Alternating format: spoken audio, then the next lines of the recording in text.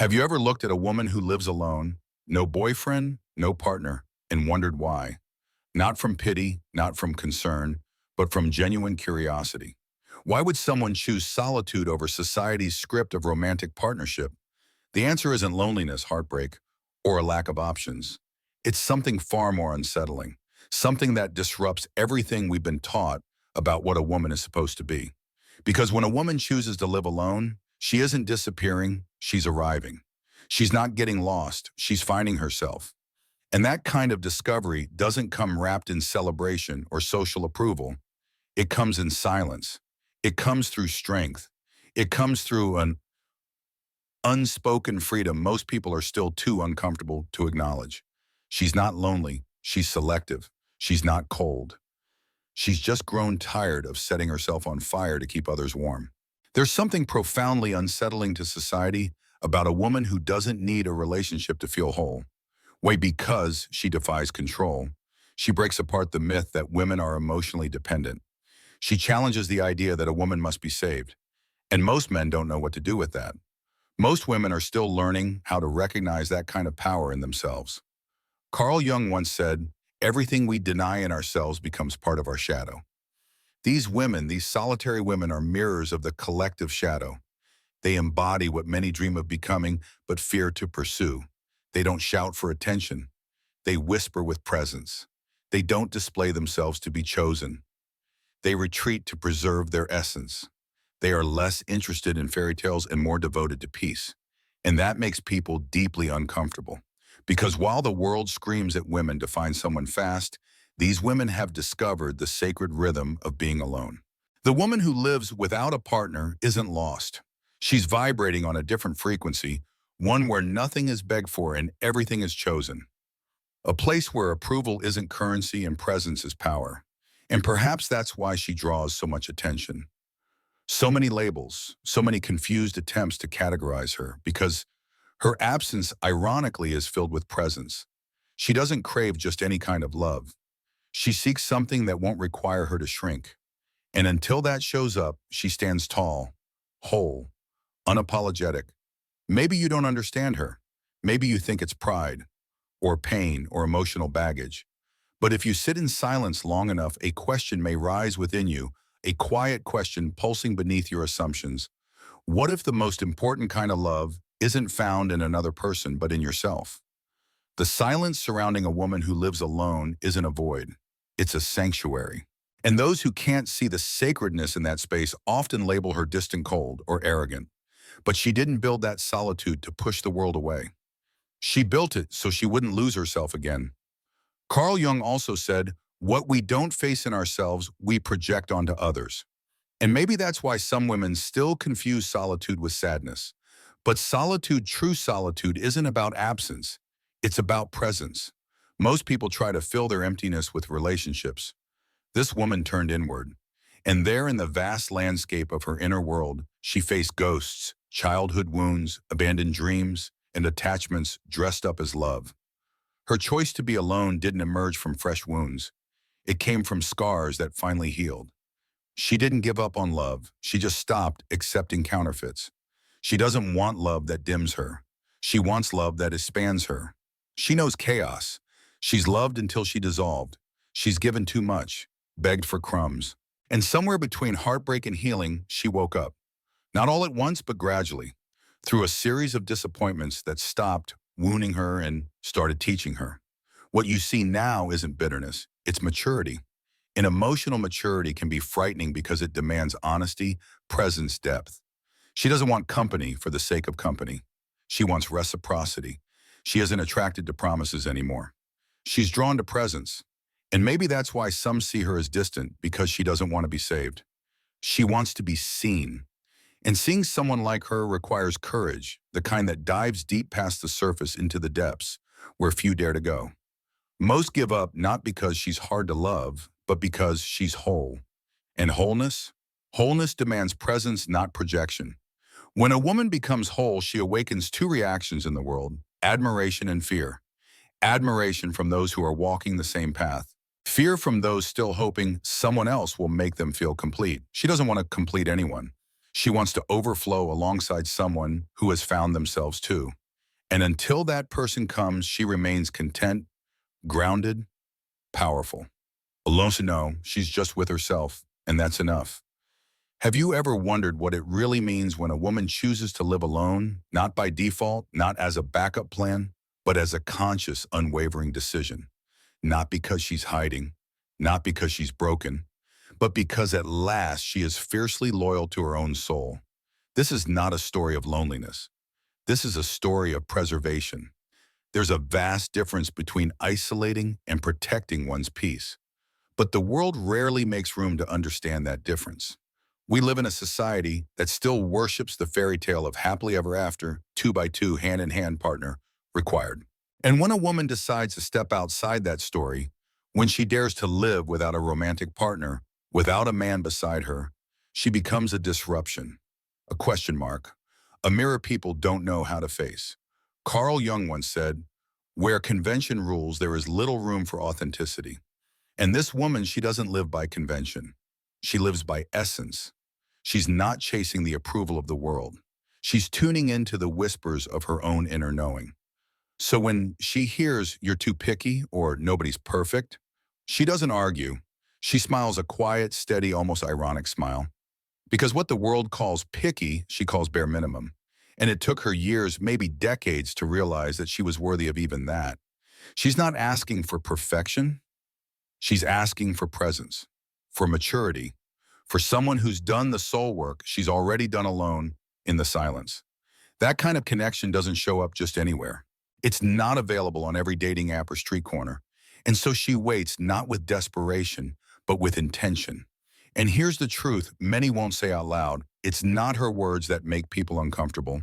It's what she represents.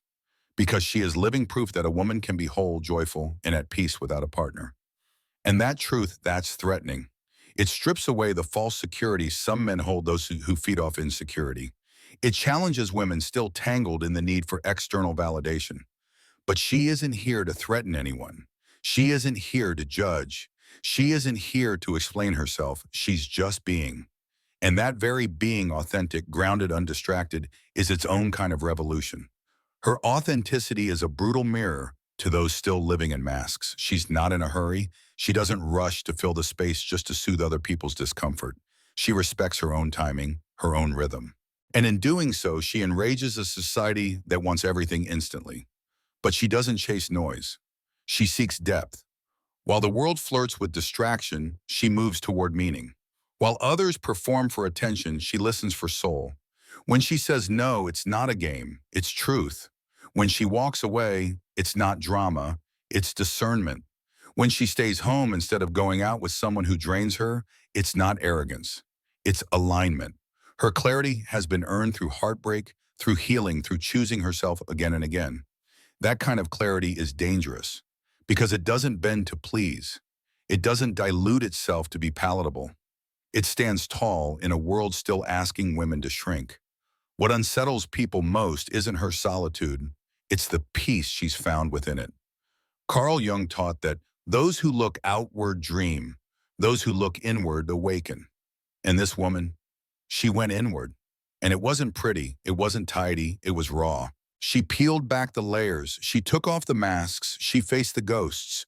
She had been taught to ignore ghosts of emotional dependency, people-pleasing, abandonment dressed up as affection. She met herself in the mirror. She stared into her own shadow, and she didn't flinch.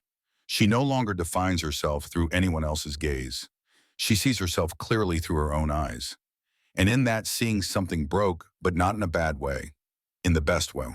Because some things must break before they can be rebuilt. How many times have you wondered if being alone is failure or freedom? How many times have you caught yourself explaining why you're still single as if you owe anyone an answer? This woman once asked those questions too. She once felt shame. But somewhere along the line, she realized that it's better to be alone than to be invisible in a relationship. That being alone is not a punishment, it's a choice, a sacred one. She made a promise to herself that day: never again would she shrink to fit someone else's vision of love. Never again would she abandon herself to feel less alone. Her path hasn't been linear. There are still days of doubt, nights of nostalgia. But there is also strength, an undeniable, bone-deep strength that grows with every decision made from awareness, not fear. She's learned what real love is. It doesn't cage, it doesn't consume it, doesn't manipulate. Real love liberates. It adds, it expands, it supports. It sees you and stays. And until that kind of love finds her, she's not waiting. She's growing. Not out of pride, but out of integrity. She is the living embodiment of Carl Jung's individuation. She's walked the path into her shadow, descended into the depths, and emerged more whole than ever. She no longer wants to be half of anything. She wants someone who's also done the inner work. Someone who doesn't need to be completed, but who wants to co-create something honest. That scares people because it requires emotional responsibility. And not everyone is ready for that. Most still love from lack, from fear, from a need to possess. But she no longer loves that way. So yes, she may walk alone. But every step echoes with wisdom. Every no she offers is an act of self-respect. Every boundary she holds is a reminder love should never have to be begged for. She no longer needs to prove herself, not to the world, not to a partner, not to anyone. And that kind of woman, the one who no longer needs to be chosen because she has already chosen herself, is a force the world can't ignore. Not because she's loud, not because she's perfect, but because she's clear. She is not the same woman who once begged to be loved. Something broke, and in that breaking she became free. Because sometimes it's only in the collapse that the soul finally finds its wings. The woman who walks alone is not escaping life, she's stepping deeper into it. After reclaiming her peace and choosing herself over performative love, she now begins a different kind of journey, one that dives into the deepest layers of her own being. Carl Jung once said, "The tree that grows to heaven must also have roots that reach down to hell." And this woman, she's lived that truth. She didn't just choose solitude, she earned it by confronting the hell of her own history. She descended into the rawest corners of her soul, facing not only her own fears, but the inherited traumas of generations before her. These weren't just personal wounds. They were ancestral echoes, patterns passed from mother to daughter, silences stitched into bloodlines. She broke those cycles. She said no to relationships that mirrored the pain she thought was normal. She stopped mistaking chaos for passion or absence for mystery. And when she stopped accepting less, the world didn't celebrate her, it questioned her. It called her cold. It whispered that she was too much. But she held her ground, first with shaky hands, then with steady heart, and finally with a presence so grounded it could not be moved. Because once you've lived in your own abyss, you stop fearing emptiness. She learned to nourish herself with silence, to warm herself with her own presence. She became her own sanctuary. She's not unreachable, she's simply no longer available for anything that asks her to abandon herself. There's a difference between opening your heart and allowing it to be shattered. She still opens, yes, but only to those who show up in truth, not performance. She has learned to spot rehearsed charm from a mile away. Her intuition is razor sharp now. Her energy is a filter. She doesn't waste time anymore. She doesn't explain her boundaries. If something feels shallow, she walks away, not out of arrogance, but out of alignment. This transformation she's gone through. It's not a surface-level glow-up, it's archetypal. It's as if she's tapped into an ancient memory, a primal wisdom that women weren't born to be shaped, but to overflow. She isn't lost. She's in communion with herself, with something greater. A wild woman has emerged from the quiet, intuitive, emotionally sovereign, unapologetically whole. People try to label her cold, aloof, difficult, but none of it sticks, because she's not playing by the old rules anymore. She's not here to be decoded. She's here to expand. She no longer waits to be chosen, she does the choosing. And that reversal of logic, it unsettles a world that's still trying to tame the feminine. She's already crossed the threshold. And on the other side, she discovered this real love begins only after you've loved yourself enough not to need anyone. She's not chasing love. She's cultivating it within. Her confidence isn't loud, it's quiet, unshakable. She doesn't need a stage, she doesn't need applause, she needs presence, real presence. The kind that doesn't flinch when she shows both her softness and her storm. Carl Jung once said that what we face within eventually becomes our destiny. And maybe that's why this woman, in choosing herself again and again, is now writing a destiny most people can't quite understand, but many secretly long for. She doesn't try to fill voids anymore. She doesn't chase potential. She doesn't beg to be seen. She knows now love isn't something to chase, it's something to invite. And if the invitation doesn't come from truth, she politely declines. She doesn't get angry. She doesn't spiral.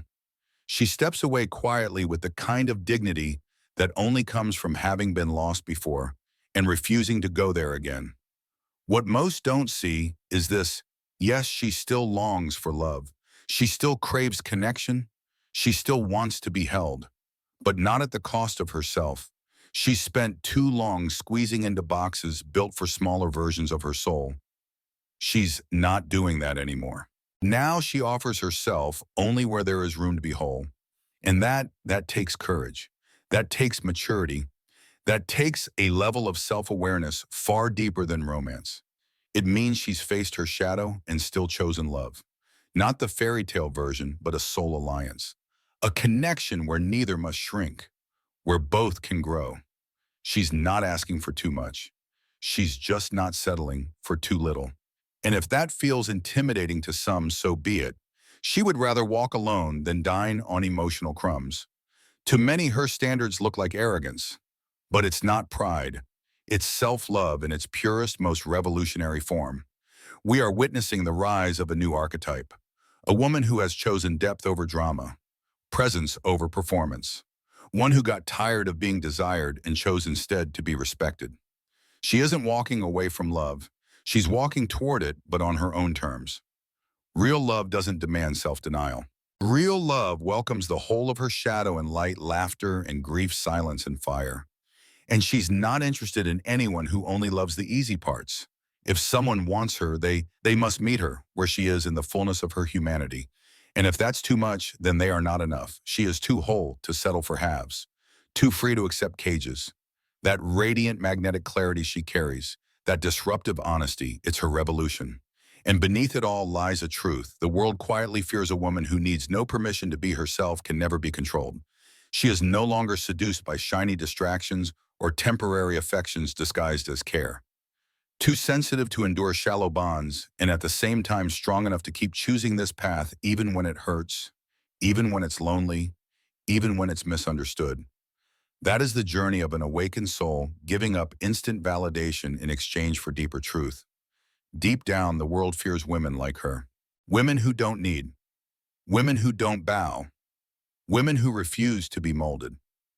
Because they challenge invisible structures, question old patterns, and break silent, emotional contracts that once said a woman only has worth if she is with someone.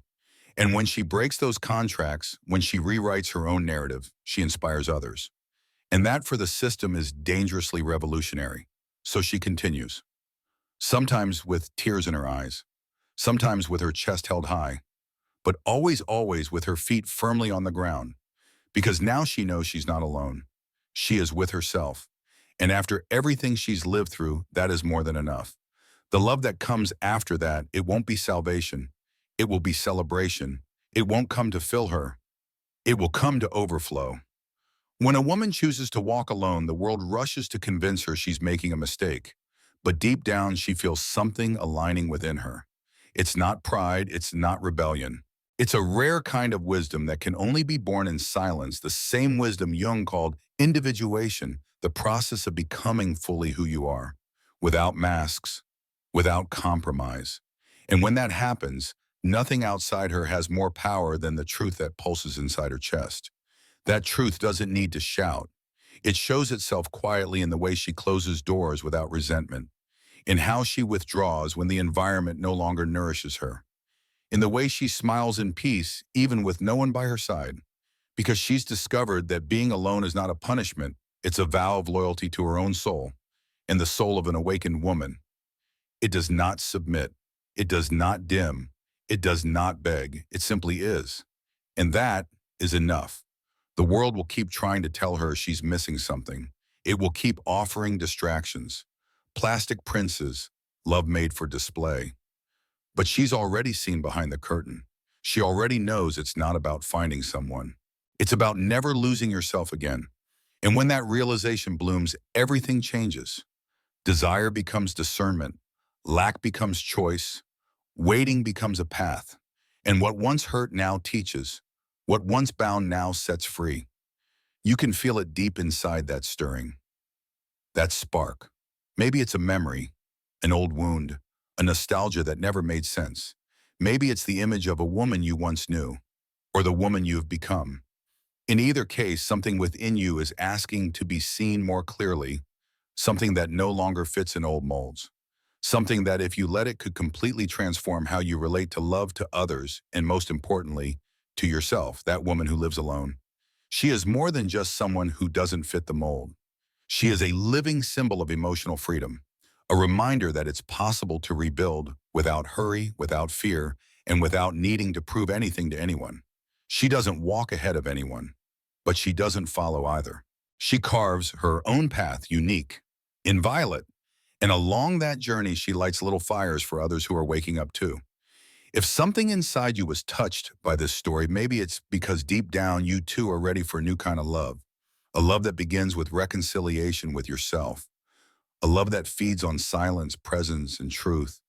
A love that can't be negotiated, begged for, or disguised. And if that love hasn't come yet, maybe it's because you first needed to become the woman who no longer accepts less than she deserves. And if this message found you at the right moment or awakened someone you forgot was living inside you, then I invite you not to keep it to yourself. Share this story with other women who need to remember their own strength.